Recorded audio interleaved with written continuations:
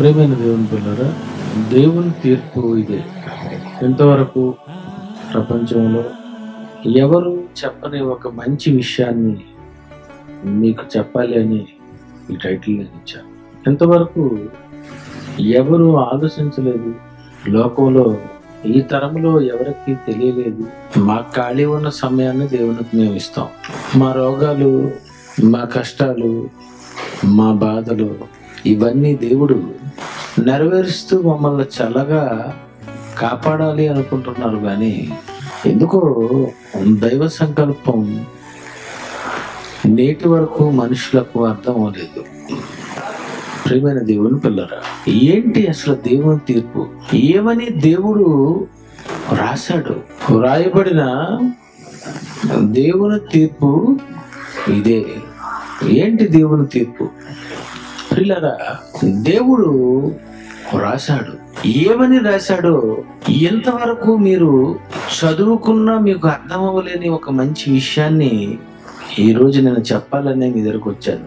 వ్రాయబడిన దేవుని తీర్పు ఇదే. మనం ఆలోచిద్దాం. ఈ భూమి మీద ఆదామును దేవుడు కలిగించాడు. ఆ ఆదాము తర్వాత హవ్వను దేవుడు ఆదాము నుండి తీశాడు. కయీనును భూమి మీద పుట్టించాడు. హెబేలును భూమి మీద పుట్టించాడు.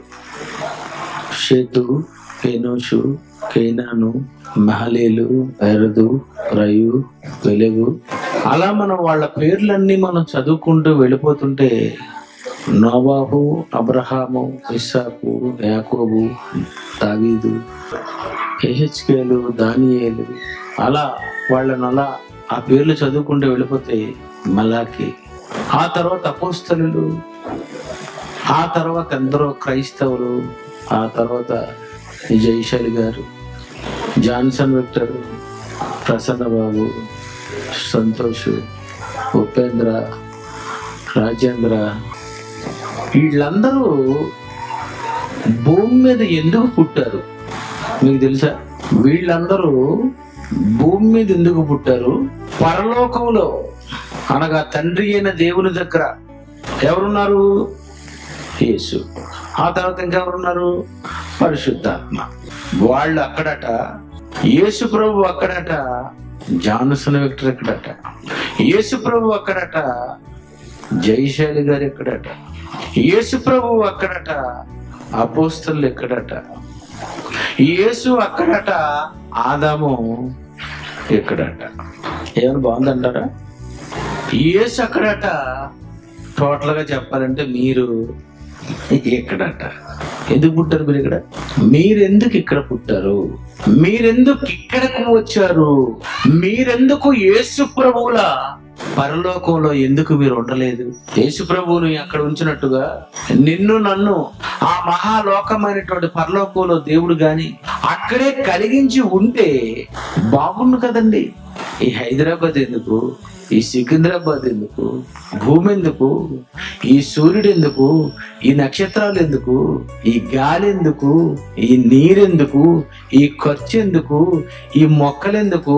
సూర్యుడు తిరగడం ఎందుకు? చంద్రుడు తిరగడం ఎందుకు? నక్షత్రాలు తిరగడం ఎందుకు? అసలు ఎందుకండి తీసేసే లోకాన్ని ఇక్కడ చేయడం? చెప్పండి. ఎలాగా దేవుడు ఈ సృష్టిని కాల్ చేస్తానన్నాడు. అగ్ని కొరకు నిలువ చేయబడింది అని అన్నాడు. ఈ భూమి, సూర్యుడు, చంద్రుడు, నక్షత్రాలు ఇవన్నీ కాలిపోవుననేసాడు. ఇంత సెట్టింగ్ చేసుకొని ఇదంతా కాల్చుకోవడం ఎందుకు? ఈ సృష్టిని అంతటిని ఇక్కడ సృష్టించుకోవడం ఎందుకు? పిల్లలు కావాలి అనుకునేటప్పుడు మనల్ని కూడా యేసు పరిశుద్ధాత్మతో పాటు అక్కడే ఎందుకు ఉంచలేదు? ఏంటి అసలు ఈ రహస్యం? ఏంటి దేవుని తీర్పు? దేవుడు ఏమని రాశాడో రాయబడిన తీర్పు ఎఫెసీ 1:4-6 ఇదే. ఎఫెసీ పత్రిక 1వ అధ్యాయము 4-6 వచనములు చాలా జాగ్రత్తగా మీరు చదవాలి. అందరూ బైబిల్ తీయండి. ఎట్లనగా దేవుని తీర్పు, ఎట్లనగా దేవుడు ఏమని రాశాడు? ఎట్లనగా బైబిల్ ఎంత బాగుంటదండి. ఎట్లనగా తన ప్రియుడు యేసుక్రీస్తునందు తాను ఉచితముగా మనకు అనుగ్రహించిన తన కృపా మహిమకు కీర్తి కలుగునట్లు తన చిత్త ప్రకారమైన దయా సంకల్పము చెప్పున యేసుక్రీస్తు ద్వారా తనకు కుమారులనుగా స్వీకరించుటకై మనలను ముందుగా తన కోసము నిర్ణయించుకొని మనము తన ఎదుట పరిశుద్ధులము నిర్దోషులమునై ఉండవలనని జగత్తు పునాది వేయబడక మునిపే ప్రేమ చేత ఆయన క్రీస్తులో మనలను ఏర్పరచుకొనెను. మీకేం అర్థం లేదు. తాను ఉచితముగా మనకు అనుగ్రహించు దేవుడు అనుకున్నాడట, నాయనా మీకు ఉచితంగా నేను పరలోకం ఇవ్వాలనుకుంటున్నాను. ఫ్రీగా పరలోకం ఫ్రీ, రక్షణ ఫ్రీ, పాప క్షమాపణ ఫ్రీ, ఉచితముగా ఎన్నోసార్లు విన్నాం కదండి. ఏది ఉచితం? పాప క్షమాపణ ఫ్రీ. బాప్తిజం పొందారు, ఏమైనా డబ్బులు ఇచ్చారా? 100 రూపాయలు. బాప్తిజం పొందిన ఏమైనా అందించారా? ఏంటి పాపాలన్నీ పోతాయంటే మినిమం 1000 రూపాయలు ఉండాలి కదండి, 10,000 ఉండాలి కదా. పోనీ 100 రూపాయలు, 10 రూపీస్. పాపానికి 10 లేదా? ఒకనాడైతే పాపానికి పావురం పిల్ల, పాపానికి గొర్రె పిల్ల, అంతేనా? ఒక 1000 రూపాయలు 2000 గొర్రెలు కాస్ట్ ఉండేది. మీరు పాప క్షమాపణ పొందారు. ఎలా పొందారు? ఫ్రీ, ఉచితముగా. నమ్మి బాప్తిజం పొందువాడు రక్షణ, రక్షణ ఉచితం. మరణిస్తే పరలోకం ఫ్రీ. తాను ఉచితముగా దేవుడు అనుకున్నాడు, నాయనా మీకు ఫ్రీగా నేను అన్ని ఇవ్వాలనుకుంటున్నాను రా, మీకు ఫ్రీగా నేను అన్ని మీకు ఇవ్వాలని నేను అనుకుంటున్నాను. అలాగైతే మరి స్వర్గంలోనే ఏదో అది ఇచ్చేయచ్చు కదా, మాకు ఫ్రీగా పరలోకంలో ఏవో చెయ్యొచ్చు కదా. ఈ ఫ్రీ ఎక్కడెందుకు? మమ్మల్ని ఎక్కడెందుకు పుట్టించడం? మిమ్మల్ని ఎందుకు పుట్టించారంటే నాయన, ఇక్కడ నేను ఒక సంకల్పం ఆలోచించాను. అదేంటంటే యేసుక్రీస్తు ద్వారా తనకు కుమారులనుగా స్వీకరించుటకై దేవుడు రాశాడు. దేవుడు ఎలా మనల్ని కుమారులుగా స్వీకరించాలట? యేసుక్రీస్తు ద్వారా తనకు కుమారులనుగా మనలను స్వీకరించుటకై నాయన యేసు ద్వారా మీరు పాప క్షమాపణ పొంది నాకు కుమారులు అవ్వాలి. జాగ్రత్తగా ఆలోచించండి. యేసును నమ్మి పాపాత్ములు కాకుండా మీరు పరిశుద్ధులు నిర్దోషులు అయిపోవాలి. యేసుక్రీస్తు ద్వారా కుమారులనుగా స్వీకరించుటకై అంటే యేసును నమ్మి బాప్తిజం పొందండి, మీ పాపాలు పోగొట్టుకోండి, మీరు కుమారులు అయిపోండి, స్వర్గంలోకి వచ్చేయండి. ఇది జగత్తు పునాది వేయబడక మునిపే నేను అనుకున్నాను. నేనెందుకు ఇలా అనుకున్నానో తెలుసా? నేనెందుకు ఇలా తీర్పు రాశానో తెలుసా? నేనెందుకు తెలుసా ఇలా నిర్ణయించానో తెలుసా? నేనెందుకు ఇలా నిర్ణయించానంటే భూమి మీద మిమ్మల్ని నేను పుట్టించుకోకుండా పరలోకంలోనే యేసు ప్రభుతో పాటు పుట్టించేస్తాను మిమ్మల్ని. అయితే మీలో ఎవడు తినకుండడు. మీరెవరు మంచోడు కారు. మీరెవరు ఎందుకు మంచోడు కారంటే యేసు ప్రభువుని భూమి మీద పంపించాను. తప్పు చేశాడా? చేయలేదు. ఆదాము, హవ్వ, కయీను, ఓహో, ఆయన్ని పంపిస్తే ఆయన పాపం చేయలేదు, వీళ్ళని పంపిస్తే వీళ్ళు తప్పులు చేశారు. మరి మీరు చెడ్డ మంచోళ్ళే. నేను అంటే మీరందరూ ఎవరన్నమాట? ఒకటో రకం. పాపులలో ప్రధానుడని అన్నాడు ఆయన. ఇంకా టాపు ఎవరు? పౌలు గారు మంచోడు కనుక అన్నాడు. చాలా మంచోడు అండి. మనం ఏమంటాం? పాపుల్లో నేను ప్రధానుడండి అంటారా? మంచోళ్ళు ప్రధానుడు అంటాం మనం. ఆయన ఏమంటున్నాడు? ఆయన పాపులలో ప్రధానుడను. క్రైస్తవులను చంపాలనుకున్నాను నేను. ఏమనుకున్నారు? ఏ సత్తం నరికేద్దాం అనుకుని బయలుదేరిన ఈ లోపల పడిపోయి దెబ్బైపోయాను. ప్రియమైన దేవుని పిల్లరా, ఆదాము తప్పు చేశాడు, హవ్వ తప్పు చేసింది, కయీను తప్పు చేశాడు, అందరూ తప్పు చేశారండి. ఇలాంటి వాళ్ళందరినీ దేవుడు ఆ మహాలోకంలోనే పుట్టించుకుంటే మనం ఏం చేస్తామో తెలుసా? దేవుని నిర్ణయం ఏంటో తెలుసా? దేవునికి ఒకటే ఒకటి, నీవు మనసులో అనుకుంటే ఆయనకి తెలిసిపోద్ది. ఇది భూప్రపంచములో ఏ తండ్రికి తెలియనిది పరలోకమందున్న తండ్రికి మాత్రమే తెలిసినది. మీ అమ్మ నువ్వు తిట్టుకుంటున్నావు అనుకో, మీ అమ్మ తెలియదు. మీ నాన్న తిట్టుకుంటున్నావు అనుకో, మీ నాన్నకి తెలియదు. మీ ఆయన తిట్టుకున్నా మీ ఆయనకి తెలియదు. అండ్ మీరేమనుకున్నారో నాకు తెలిసేట్టు, మీరేమనుకున్నారో నాకేం తెలుసు, నేనేమనుకున్నానో మీకేం తెలుసు. కానీ దేవుడికి తెలిసిపోద్ది. దేవదూత అనుకుందట. ఎక్కడ అనుకుంది? యెషయా గ్రంథము 14వ అధ్యాయము 14. మేఘమండలము మీదకెక్కుదును, మహోన్నతునితో నేను సమానముగా చేసుకుందునని నీ మనసులో అనుకుంటివి కదా. ఎక్కడ అనుకుందట? మనసులో అనుకుంది. వాడు అనుకున్నాడు చేస్తే తెలుస్తుంది గాని ఆలోచిస్తే ఏం తెలుస్తుంది, ఎవడికి తెలియదు అనుకుంది. అది పాపం. చేస్తే తెలుస్తుంది కదండి మనకి, మామూలుగా ఆలోచిస్తే ఏం తెలుస్తుంది. అది మనసులో అనుకుందట. మేఘమండలమునకు ఎక్కుదును, దేవునితో సమానముగా చేసుకొందునని అనుకుందట మనసులో. దేవుడు తెలిసిపోయింది అంటే ఇక్కడ మీకు అర్థమైపోవాలి, మనసులో అనుకున్నది దేవునికి తెలిసిపోద్దన్నమాట. అంటే మనమంతా పరలోకంలో పుట్టామనుకోండి, మనం ఏమనుకుంటాం? భూమి మీద తల్లిదండ్రుల దగ్గర ఒకే కుటుంబంలో ఉన్న పిల్లలు ఏమనుకుంటారు? ఏంటి పిల్లలు చెప్పిన మాట వింటున్నారా? ఏ పిల్లలైనా చెప్పినట్టుగా వింటున్నారంటారా? చాలా మంది అన్నది ఒకటే, ఏమండి మా పిల్లలు అస్సలు మా మాట వినరండి బాబు, అందుకే స్కూల్లో జాయిన్ చేస్తాం. పేడ వదిలేసింది. ఎవరి పిల్లలు వినరండి, వేషాలు ఎక్కువ. అందులో అమ్మా నాన్న కదా అనుకో, ఇంకా వేషాలు ఎక్కువ. కూతురికి వేషాలు ఎక్కువ, కొడుక్కి వేషాలు ఎక్కువ. ఎక్కడున్న మన పిల్లలకి ఇన్ని వేషాలు అయితే పరలోకంలో ఈ కోట్ల మంది పుట్టేశారు అనుకో, అక్కడ కూడా కయ్యం చంపేస్తాడు ఏబేల్ని. అలాంటి వ్యక్తి దేవుడు అందుకే అనుకున్నాడు, రే మిమ్మల్ని నేను పరలోకంలో పుట్టించాలనుకుంటే నేను పుట్టించగలను. కానీ విచిత్రం ఏంటంటే, నేను ఏ ఆత్మగా ఉన్నానో అదే ఆత్మగా మిమ్మల్ని నేను చెయ్యక తప్పదు. ఆ ఆత్మగా మిమ్మల్ని నేను పుట్టించాను అనుకో, ఆత్మకు ఉన్నటువంటి కొన్ని లక్షణాలు ఉన్నాయి, అవి మీకు తెలియాలి. నాలో కోపం ఉంది, నేను ప్రతిదినము కోపపడువాడు. నాలో హృదయంలో నొచ్చుకునే ఆ విధానం ఉంది. నాలో మిమ్మల్ని గురించి చింతించే చింత ఉంది. నాలో పగ ఉంది. ఏడి అంతు చూస్తే గాని నేను నిద్రపోను. పగ తీర్చుట నా పని. మీరు అనుకున్నట్టుగా ప్రేమామయుడే అని అనుకోకండి, ఇవన్నీ కొన్ని ఉన్నాయి, మీరు ఆలోచించుకోవాలి. నాలో పగ, నాలో కోపము, నాలో నవ్వు, నాలో చింత, నాలో బాధ, నాలో ఆత్మగా ఉన్న చాలా నాకు ఉన్నాయి. ఇవన్నీ ఉన్న నేను ఇలాంటి ఆత్మను మీకు కూడా ఇచ్చాననుకో, మీకేమొస్తుంది? కోపం వస్తుంది. మీకేమొస్తుంది? పగ వస్తుంది. మీకేమొస్తుంది? బాధ వస్తుంది. మీకేమొస్తుంది? చింత వస్తుంది. మీకేమొస్తుంది? నవ్వు వస్తుంది. మీకేమొస్తుంది? నాకున్నవన్నీ మీకు వచ్చేస్తాయి. నాకున్నవన్నీ మీకు వచ్చేసాయి, మీరు రెచ్చిపోయారు. దీన్ని స్వర్గం అనరు, దీన్ని ఏమంటారంటే నరకం అంటారు. ఇలాంటి పరిస్థితి ఈ స్వర్గంలో ఉంటాది అని భవిష్యత్ ఎరిగినటువంటి తండ్రిగా ఉన్నటువంటి నేను, మీరందరూ పాపం చేస్తారు, ఇది గ్యారంటీ. పాపము చేసిన వాడు ప్రభువును చూడకూడదు. కరెంటు ముట్టుకున్నారనుకో ఏమవుతుంది? చల్లగా ఉంటుందా, బొగ్గైపోతాడా? ఇంకా ఎందుకు బొగ్గైపోతాడు చెప్పండి అసలు, బాగా ఆలోచన.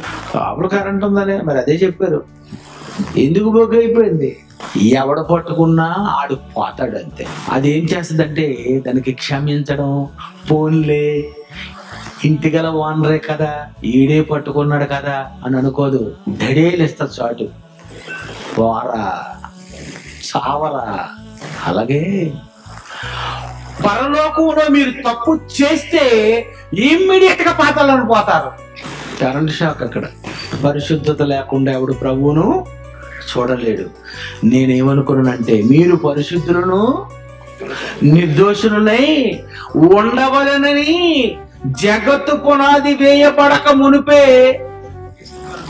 యేసుక్రీస్తు ద్వారా మిమ్మల్ని కుమారులుగా స్వీకరించాలనుకుంటున్నాను. నా ముందు మీరు పరిశుద్ధులుగా ఉండాలనుకుంటున్నాను, మీరు ఉండరు. ఏం చేయమంటారు చెప్పండి? ఇలా ఒక్కొక్కడు పాతాళానికి రోజుకి 10 మంది, 20 మంది, 30 మంది, 40 మంది. ఇదేట్రా ఏదైనా దేవుడు ఇలా అలాగే నువ్వు పోతావు మళ్ళీ. ఆయన అదేంటంటే అలాగే ఇడిపోతాడు. ఇదేంటంటే వీళ్ళు అందరూ పోతారు. చూడండి ఎంత తలపోటు. దేవుడు ఏమనుకున్నాడట? మీ అందరూ నరకానికి వెళ్ళిపోతారా? యేసు ప్రభు పరిశుద్ధాత్మ ఇద్దరే నాకు మిగులుతారు. నన్ను ఏం చేయమంటారా చెప్పండి? మీరు ఒకసారి నరకానికి వెళ్ళిపోయి కాలిపోయారు. నేను చేసేది ఏమి లేదు. కనుక మీరందరికీ ఒక నమస్కారం. మిమ్మల్ని ఇక్కడ పుట్టించి నేను పోగొట్టుకునే కంటే వ్రాయబడిన దేవుని తీర్పు ఏదో ఒకసారి మీరు చదువుకోండి. అదే ఎఫ్సి పత్రిక మీరు బాగా అర్థమవుతుంది అండి. నాయన, నా చిత్త ప్రకారమైన దయా సంకల్పము, నా సంకల్పము ఏంటంటే, నా సంకల్పము చొప్పున మీకు చెప్తే మీకు అది అర్థం అవ్వగలే. నేను యేసుక్రీస్తు ద్వారా కుమారులుగా స్వీకరించాలి తప్ప డైరెక్ట్ గా మీరు ఎవరు?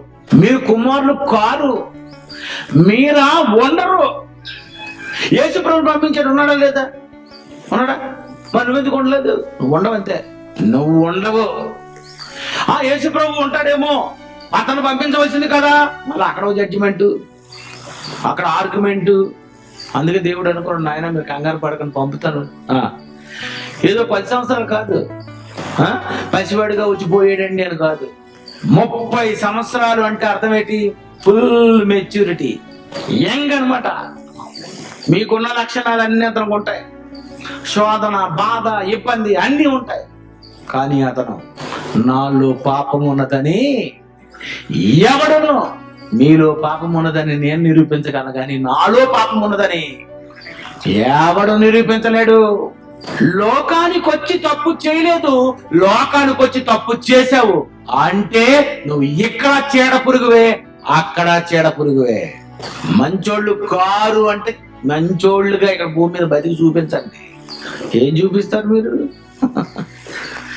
మీరు ఏంటంటే ఎదుటివాడిని నిందించడానికి తప్ప ఆడు మంచోడు కాదు, ఈడు మంచోడు కాదు, నువ్వేదో పెద్ద మంచోడు మంచాను లాగా.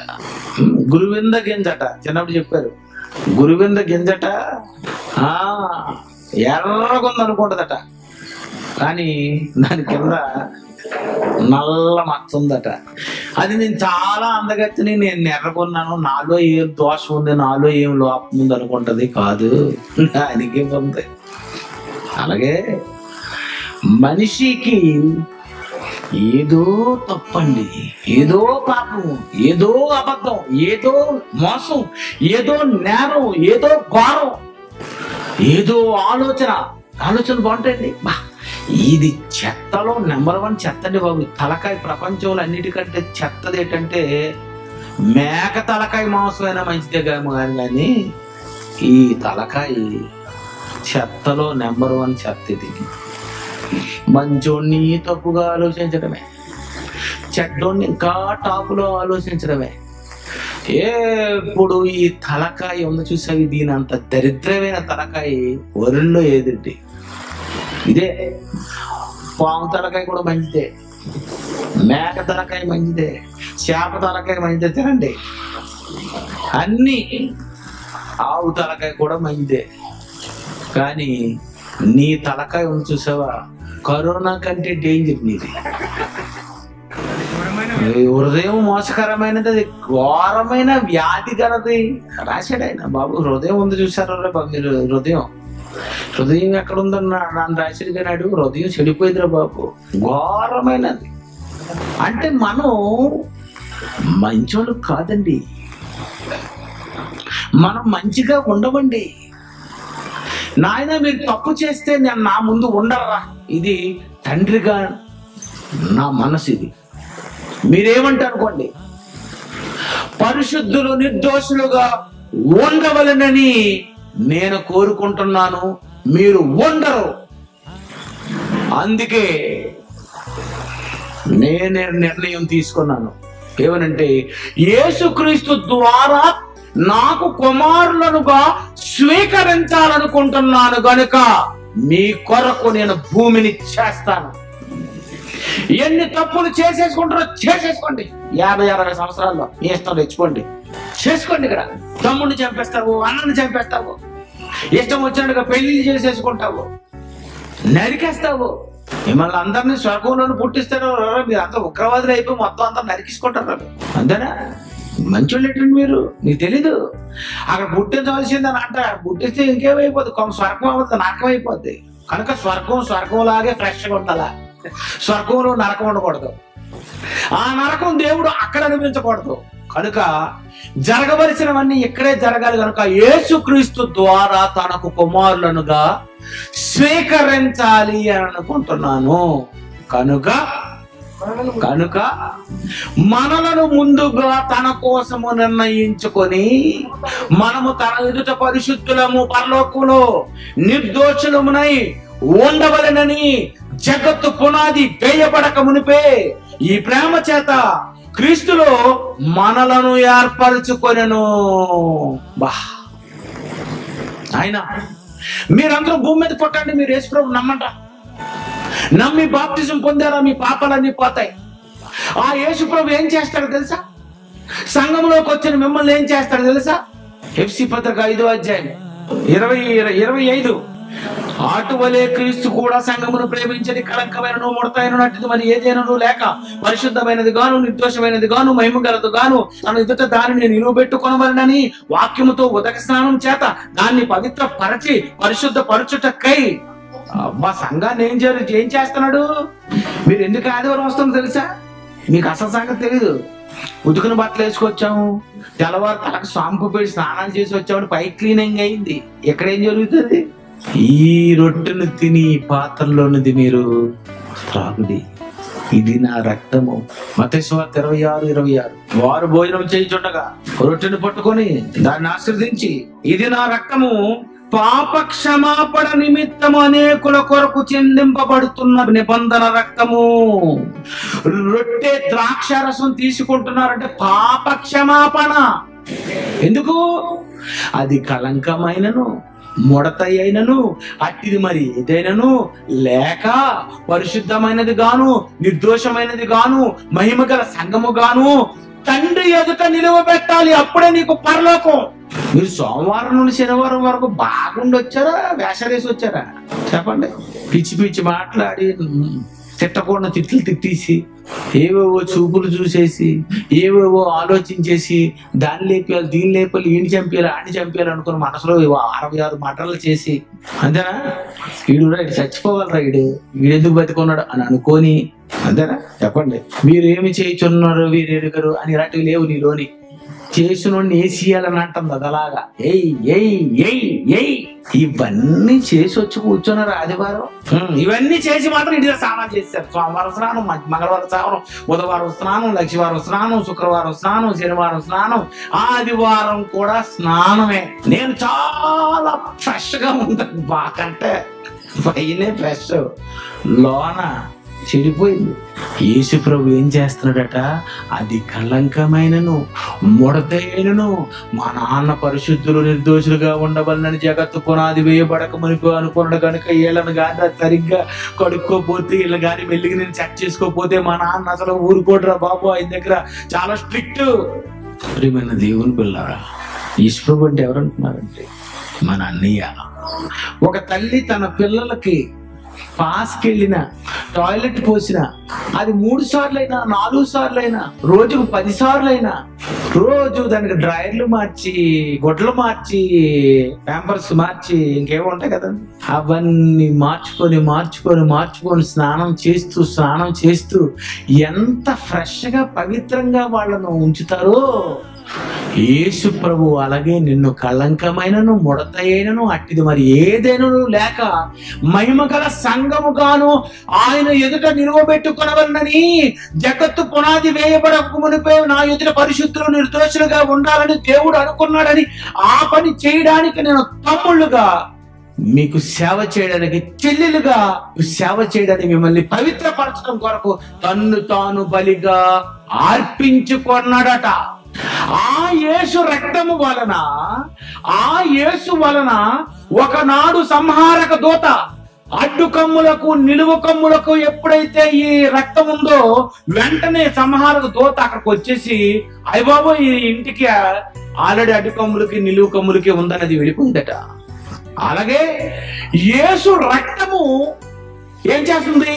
ప్రతి పాపము నుండి ఆ యేసు రక్తము వలన నువ్వు పవిత్రుడు అయిపోతున్నావు. ఆ యేసు రక్తము వలన పరిశుద్ధుడు అయిపోతున్నావు. ఆ యేసు రక్తము వలన తమ వస్త్రములు ఉతుకుకొని తెలుపు చేసుకొనిరి.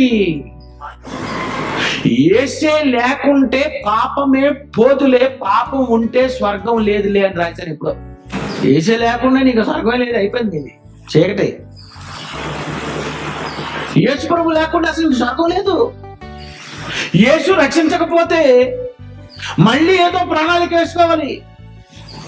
ప్రియమైన దేవుని పిల్లరా, రాయబడిన దేవుని తీర్పు, దేవుడు ఏమని రాశాడు?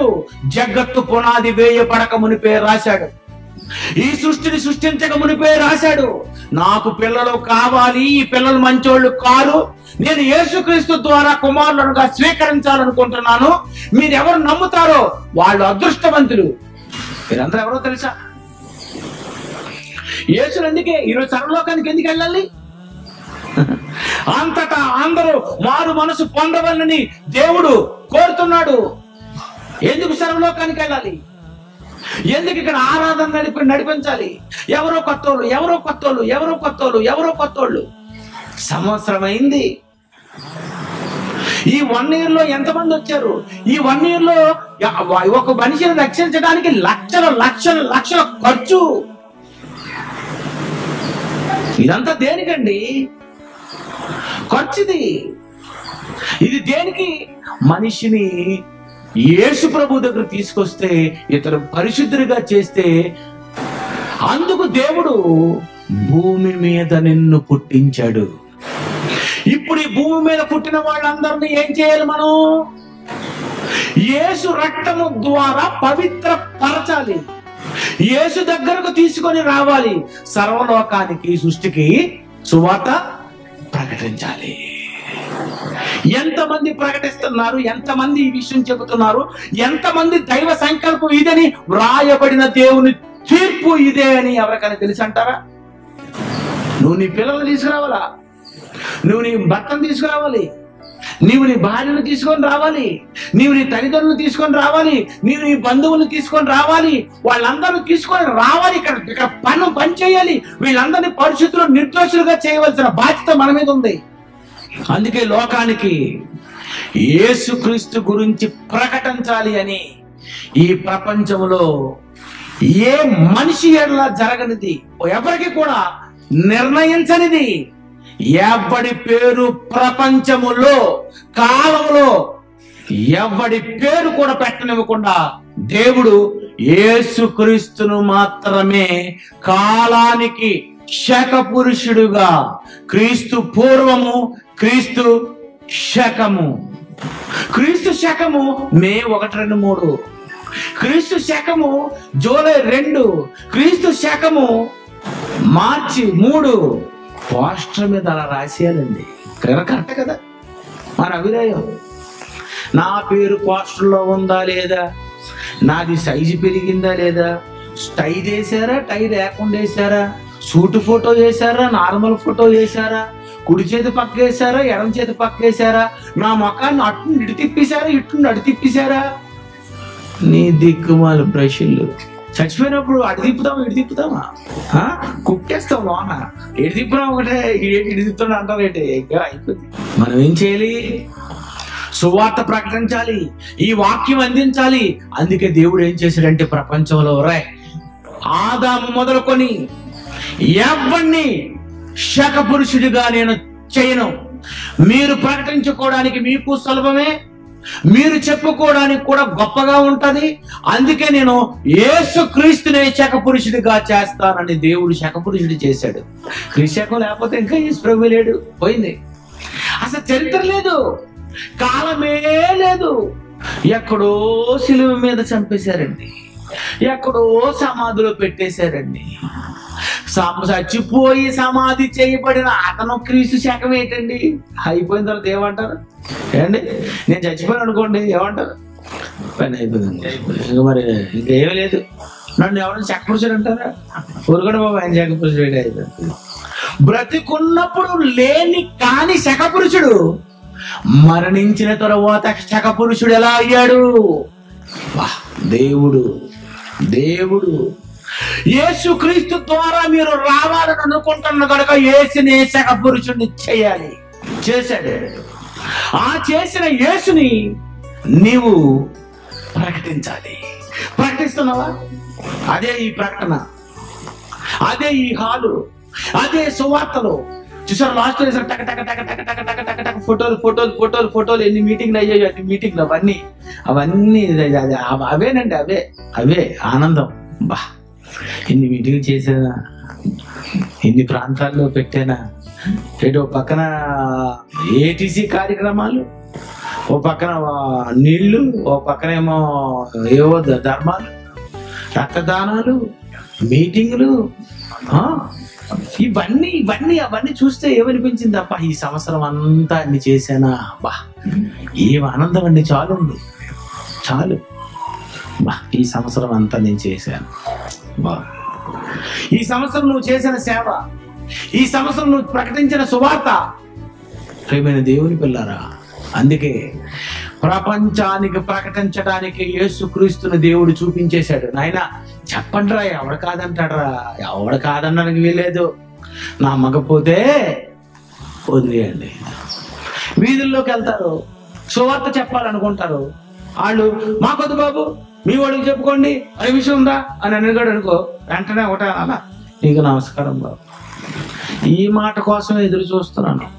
మీ దగ్గర బజ్జీలు, గారెలు, పునుకులు ఎక్కడ అమ్ముతారో చెప్పండి, అది తినుకొని వెళ్ళిపోతాను అన్నట్టు.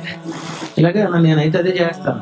యేసుప్రభువు ఒకటే చెప్పాడు, నాయన పాత్రలు దొరకండి, ఆర్గ్యుమెంట్ చేయకండి, ఎవడుకోని మాట్లాడకండి. తెలియని వాడైతే తెలియని వాడికే వదిలే, నేను తర్వాత చూస్తాను. ఈడు అక్కడ అంతే కనుక ఇక్కడ రప్పించాను, ఈడు ఎక్కడ కూడా ఇలాగే ఉన్నాడు, ఈయన్ని అక్కడికి పంపించేస్తాను. ఈశ్వరుని చెప్తే నీకేమైనా ఒప్పేటి? అంత పైన అంత తొందరగా మారిపోతావా? ఇంత సులభముగా క్రైస్తవుడు అయిపోతావా? అవును, అందుకే భయం. ప్రియమైన దేవుని పిల్లారా, అందుకే ఈ యావత్తు ప్రపంచానికి ప్రకటించాలి అని, యేసు ప్రభు గురించి చెప్పాలని దేవుడు సంకల్పిస్తే, ఆ యేసుని యావత్తు ప్రపంచము ఈజీగా ప్రకటించి నమ్మించవలసి ఉంది. కానీ అది ఎవరు చేయడం లేదు.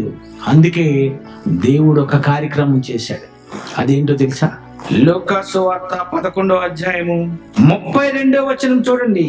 నినివే మనుషులు విమర్శ కాలమున ఈ తరము వారితో కూడా నిలబడి వారి మీద నేరస్థాపన చేస్తారట. ఎవరు వస్తారటండి?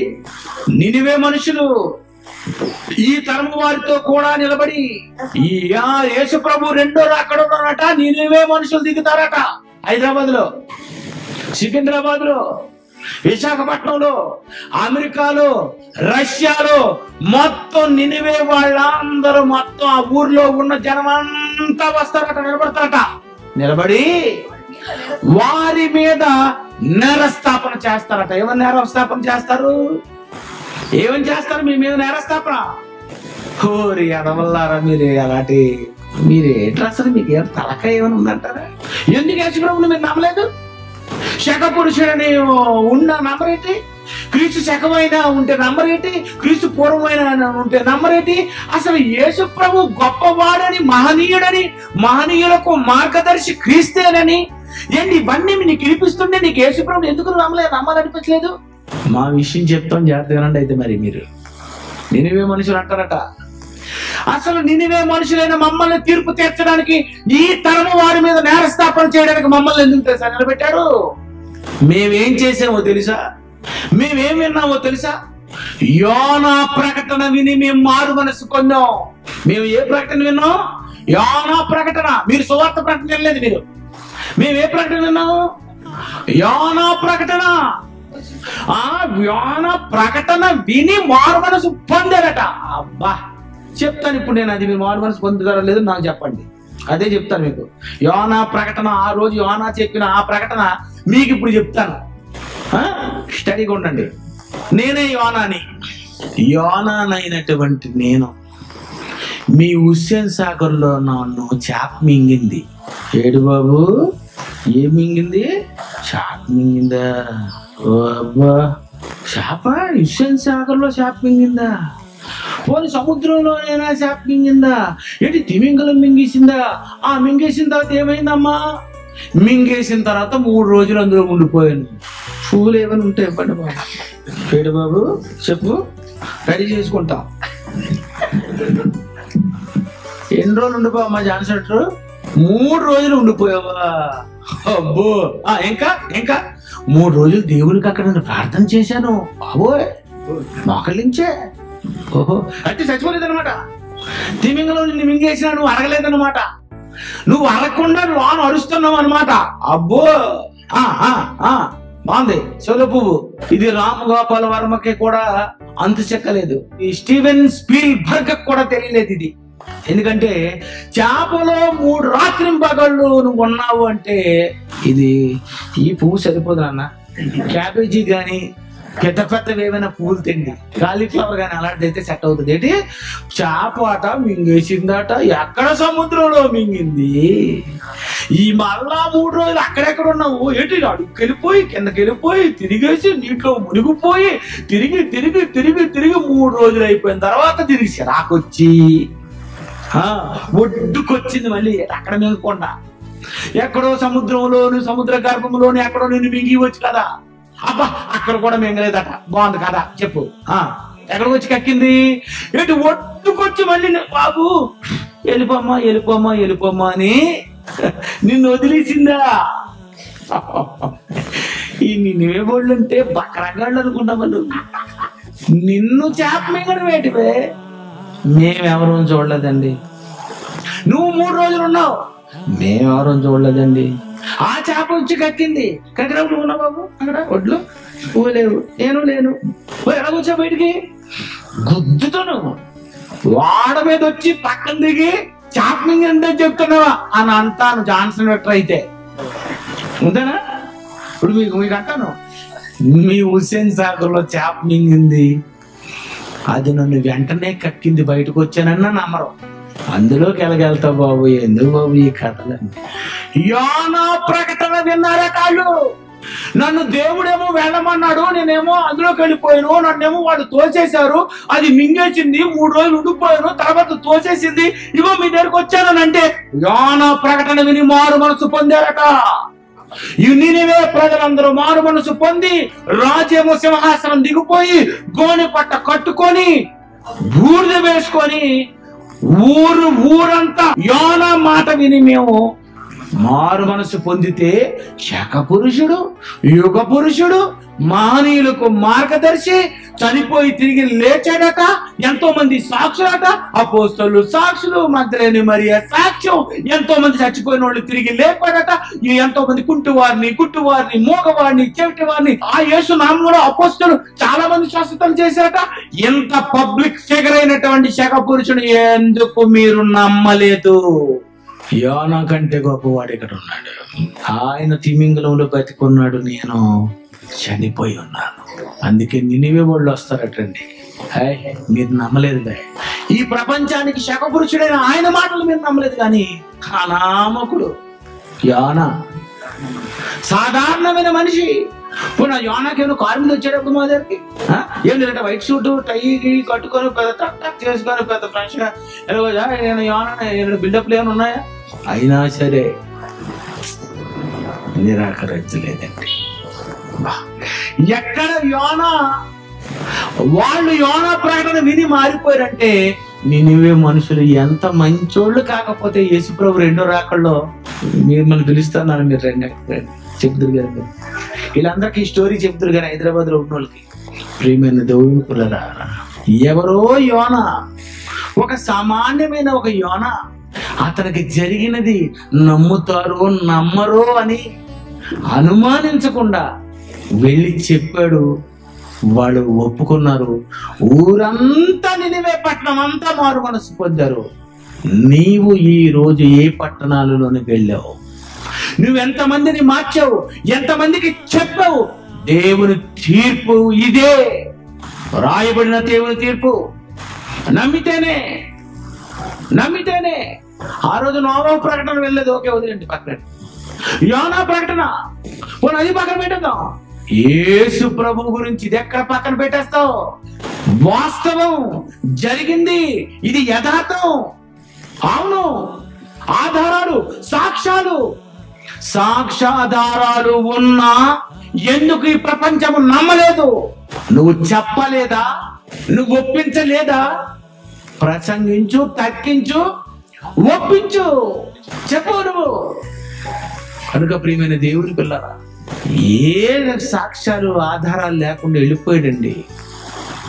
ఏమని చెప్పుకుంటాడు నండి? పరదేశకి వెళ్ళిన తర్వాత వినాల ఆయన కూర్చోబెట్టి, ఏం చెప్పారండి ఇంతమంది నమ్మడానికి? మీరు ఏం చెప్పుకుంటారో కొంచెం చెప్పండి అంటాను నేను అతన్ని. మేము ఈశ్వరు గురించి చెప్పడానికి చచ్చిపోతున్నాం. ఏమని చెప్పుకుంటాడండి పాపం అతనికి.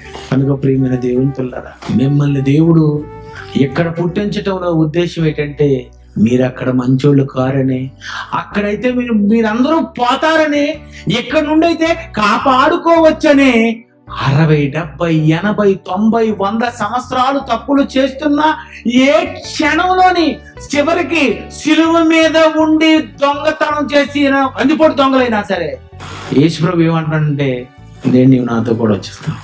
నేను అన్నాను కదా, నీకు కంగారు పడుకో, అంతే కదా. మనం ఏంటంటాం, అలాంటి వాడికి మాత్రం క్షమాపణ ఇవ్వకూడదు. అబ్బా నువ్వేదో పెద్ద మంచోళ్ళేగా. తప్పండి మీకు తెలియక. కానీ రేప్ చేసిన వాళ్ళు బతుకున్నా వాళ్ళని అలా క్షమిస్తే క్షమించండి అన్నాడు.